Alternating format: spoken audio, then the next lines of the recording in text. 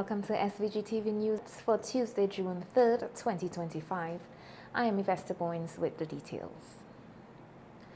Early childhood education in St. Vincent and the Grenadines has been enhanced and is expected to see further improvements in the coming months through the implementation of the OECS Program for Educational Advancement and Relevant Learning, the PEARL project.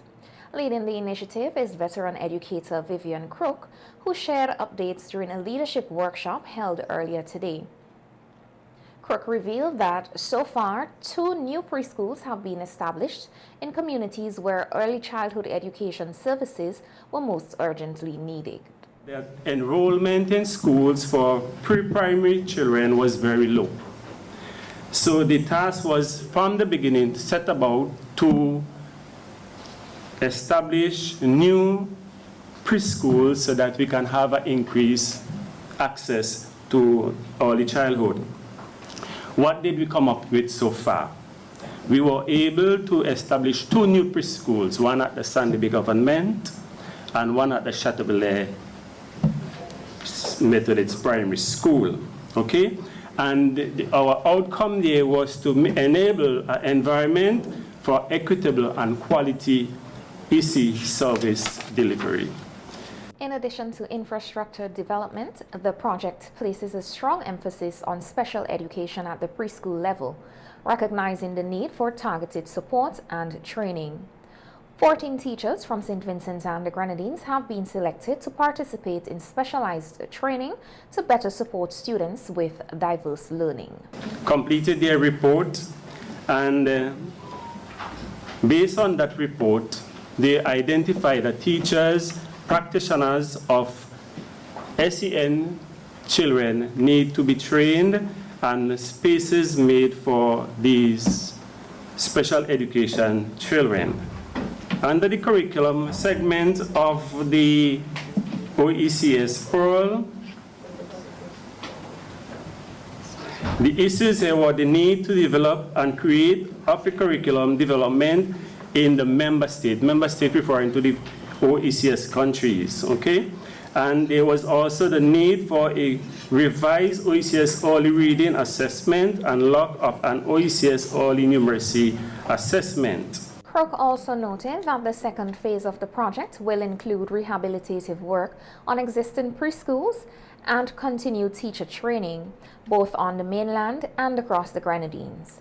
These upgrades aim to create a more inclusive and supportive learning environment for the nation's youngest learners. Under the early childhood section, we are still hoping to rehabilitate some preschools some playgrounds for the preschools. And these are the Beckwith Anglican Primary School, Anglican Primary, the Chumuka Government, the Park Hill Government, the Oria Government, and the Chateaubriand Methodist School. The playground at Chumuka, that one has been completed. The one at Chateaubriand should be starting very soon. The PEARL project is part of a broader OECS initiative to improve access, equity, and quality in early childhood education across member states.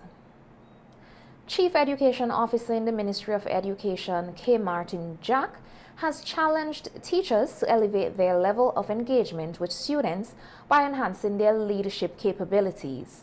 Speaking at today's leadership workshop for educators, Martin Jack emphasized that delivering quality education requires teachers to continually improve their professional and leadership skills.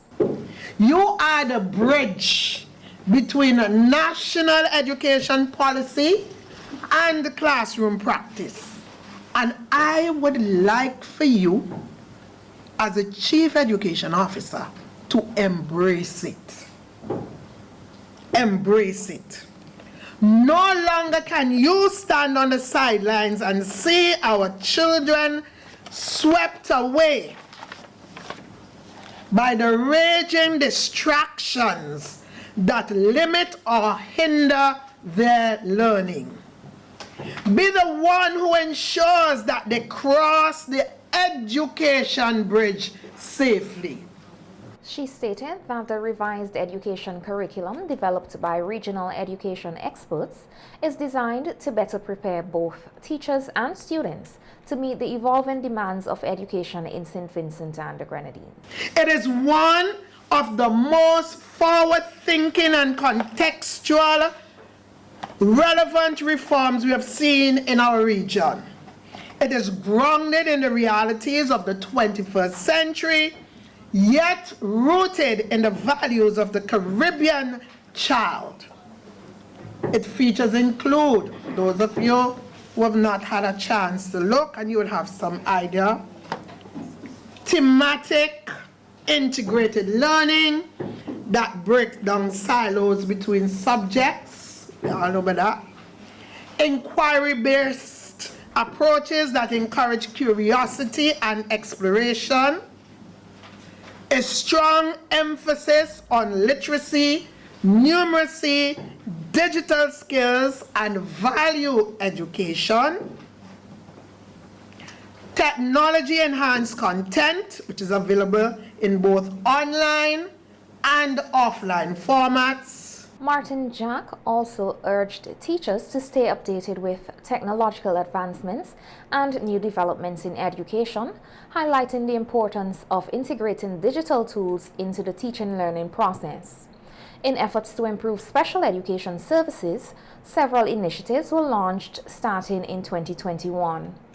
At several preschools, programs addressing special educational needs were introduced to enhance access and quality in early childhood education.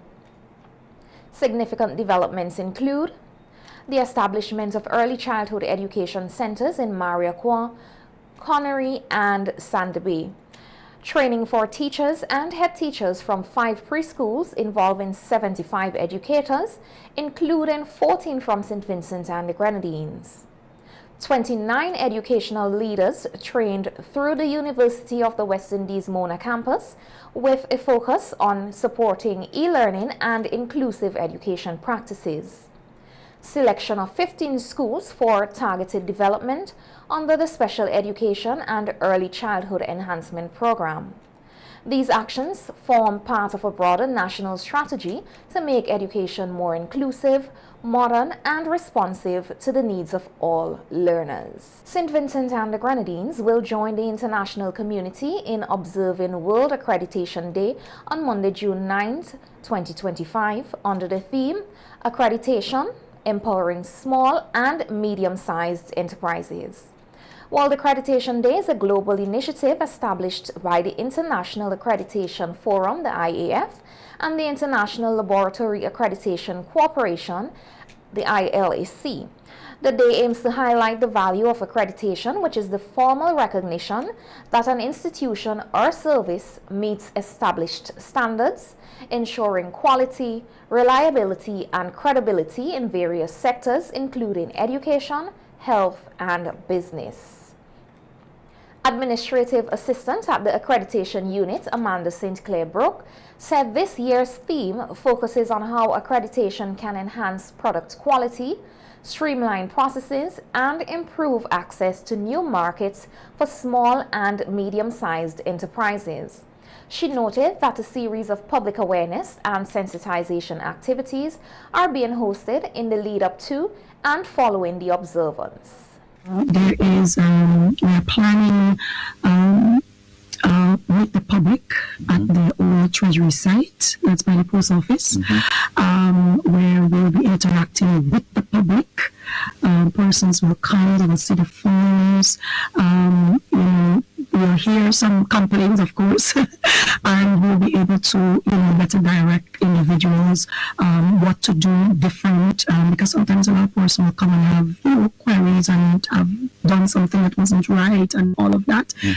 So we'll be able to interact and show them, what is the best thing to do the next time and going forward. Also, we have later on, we plan some school visits. Right. The secondary schools for the Form 5s, and there is some sort of plan with SVGCC as well.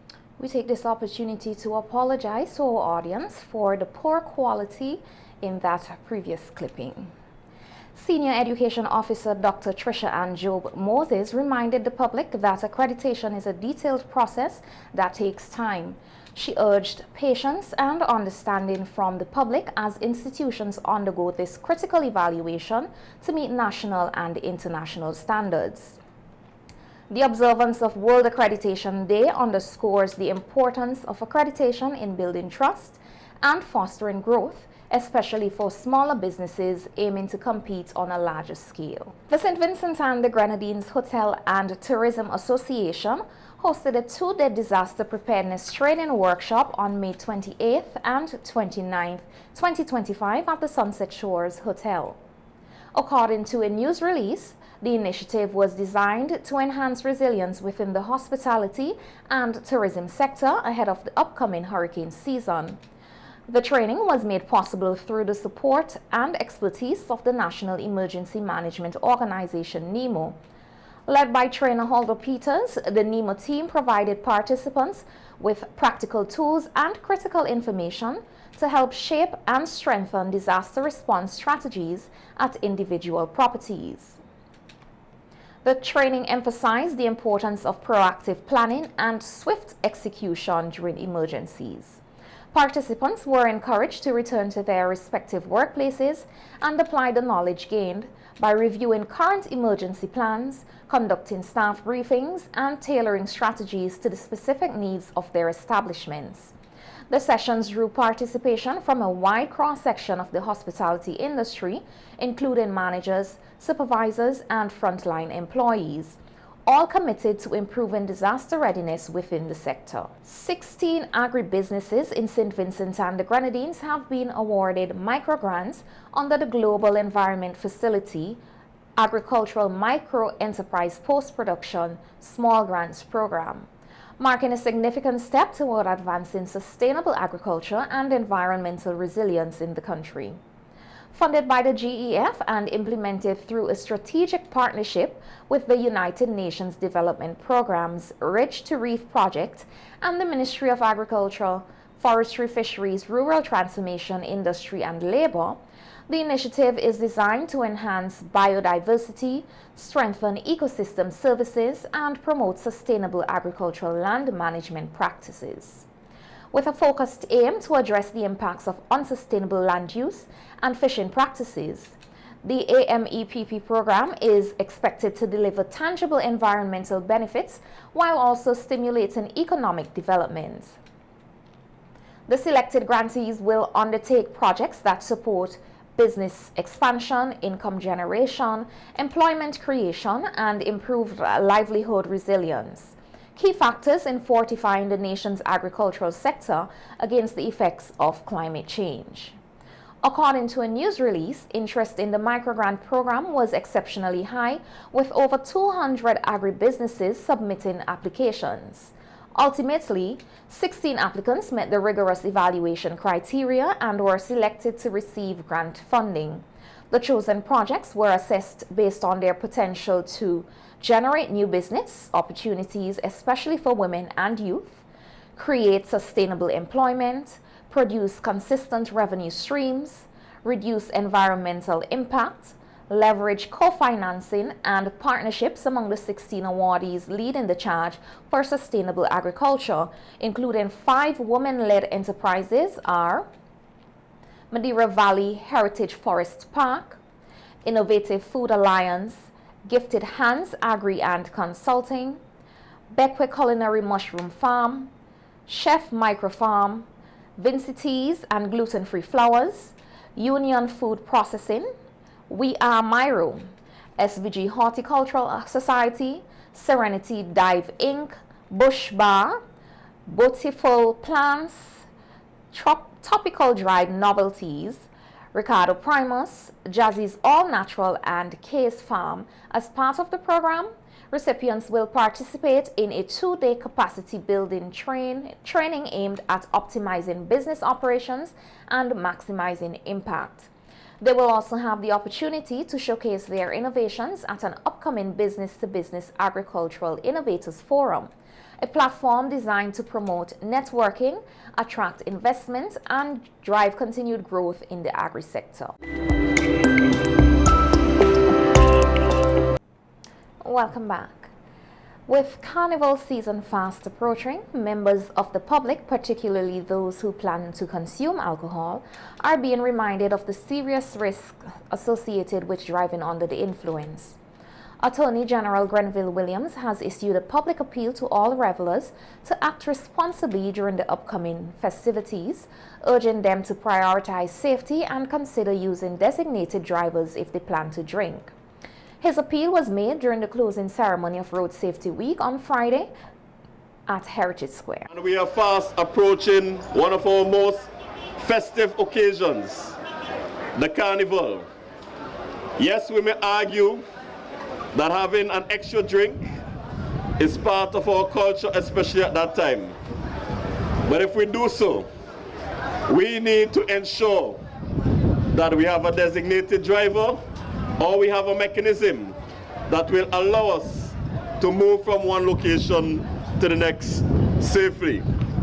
We cannot be drinking, driving, and expect to perform at the same standard if we had not had a drink. Vincimas 2025, the country's largest cultural festival, is scheduled to run from June 27th to July 8th.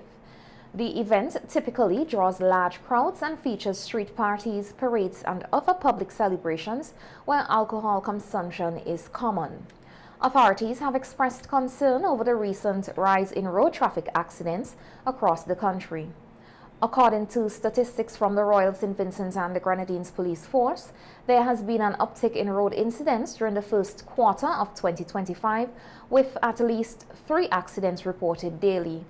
Law enforcement officials and public health agencies continue to urge citizens to take precautions, including limiting alcohol intake, using public transport, or appointing a sober driver during the carnival period. With road safety a growing concern in St. Vincent and the Grenadines, Health Disaster Coordinator Carlos Wilson is calling for a national shift in mindset to reduce road traffic accidents and fatalities. Speaking at the closing ceremony of Road Safety Week last Friday, Wilson emphasized the profound impact road accidents have on families and communities, both emotionally and economically. He stressed the need for citizens to make a conscious effort to comply with traffic rules and regulations to help prevent unnecessary tragedies on the nation's roads. Safety has to become a mindset in our population, and as we can see, it's truly not. An event like this, if you notice, is just a constabulary, the few teachers, the students, right? Sad is that we as a population tend not to lend ourselves to information and knowledge that will improve our mindset and the way we do things. Because safety is one that is proactive, not reactive. As the old people say, prevention is better than cure, right? We must have a cultural shift, the way we do things, the way we perceive safety, the way we look at safety, right?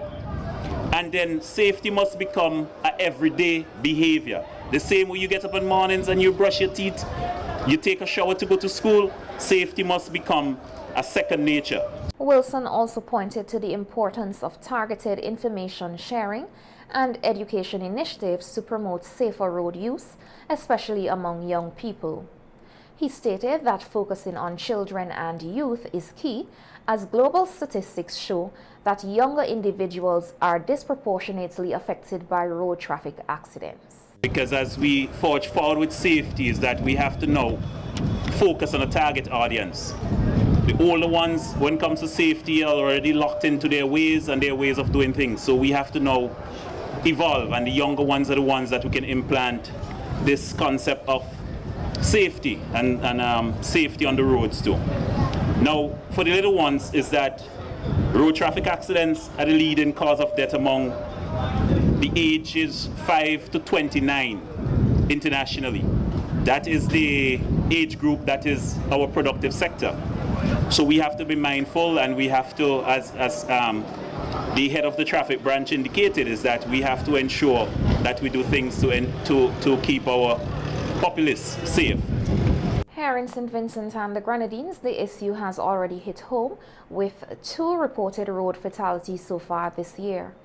The victims have been identified as 19-year-old Normally Duncan of Owia and 23-year-old Simona Richardson of Barrowley.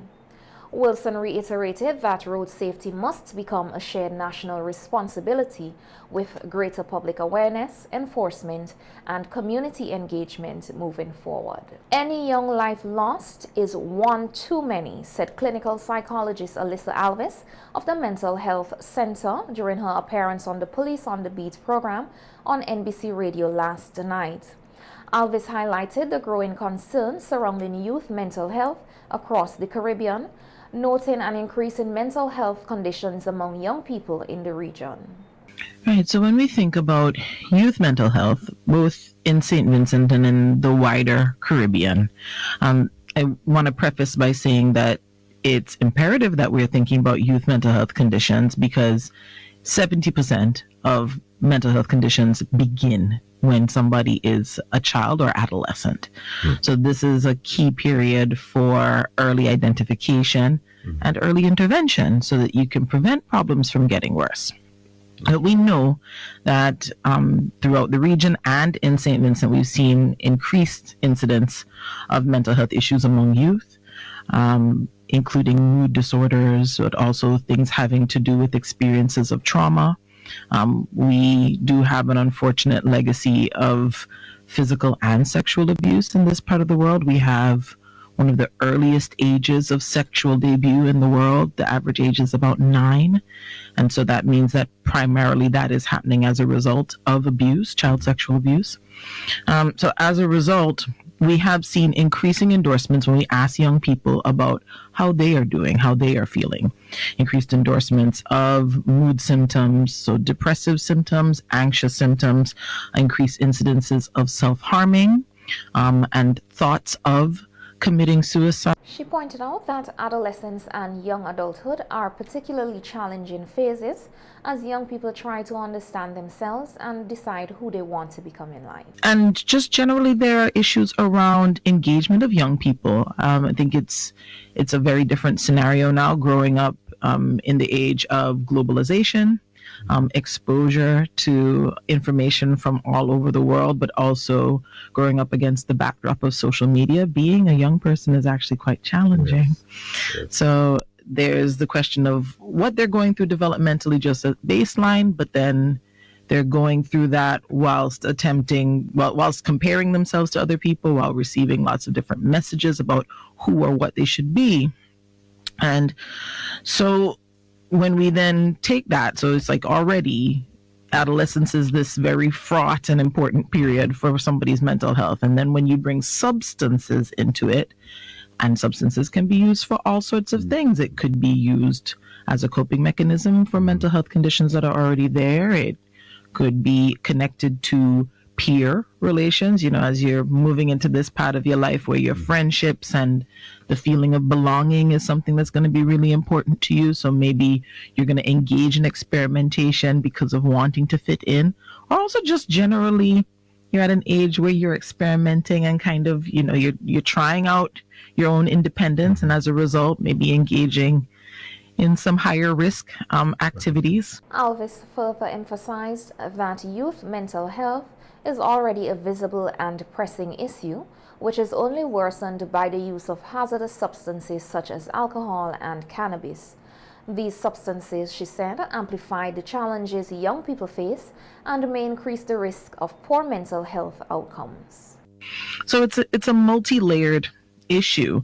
And so basically what we see is that up against all of that, we see that use of particularly alcohol and cannabis. Those are the two key ones that we would see operating with young people here in St. Vincent, that they present a potential developmental hazard because you have a young body and a young brain that is still growing and changing. So whenever you bring in a psychoactive substance, that's going to influence the trajectory of your development right? And maybe change some things about you.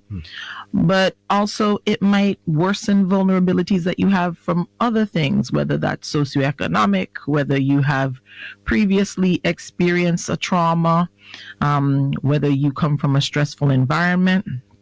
So we have those things to balance against each other when we look at, so youth mental health is already like a critical issue just at baseline, and then when we bring drugs into it, it kind of takes that and heightens it. Alvis called for continued public education, community support, and proactive mental health services to address the growing needs of young people in St. Vincent and the Grenadines and the wider Caribbean. Victoria Moses, the beloved matriarch of the Moses family, celebrated her 104th birthday on Sunday, June 1st, 2025, surrounded by generations of loved ones. Born in 1921 in Chantabelair, Miss Moses has lived in Kingston Park for over 50 years. She is admired not only for her extraordinary longevity, but also for her sharp mind, quiet strength, and unwavering faith, qualities that have inspired her family and community for decades. Reflecting on her earlier years, Miss Moses fondly recalls days spent cooking, washing, ironing, and accompanying her parents to the mountains, tasks she carried out with love and dedication. These experiences shaped a life defined by resilience, humility, and devotion. Even at 104, Miss Moses remains mentally alert and spiritually content, cherishing the comfort of being surrounded by her children, grandchildren, and great-grandchildren. Her presence continues to be a guiding light in the lives of those closest to her. In a heartfelt tribute posted on Facebook, her granddaughter Yolande Horn Payne wrote, "Your resilience and grace inspire us every day, reminding us of the importance of family, kindness, and perseverance." Sunday's birthday celebration was a joyful occasion, one not only marked an extraordinary milestone, but also honored a legacy of love, strength, and enduring wisdom.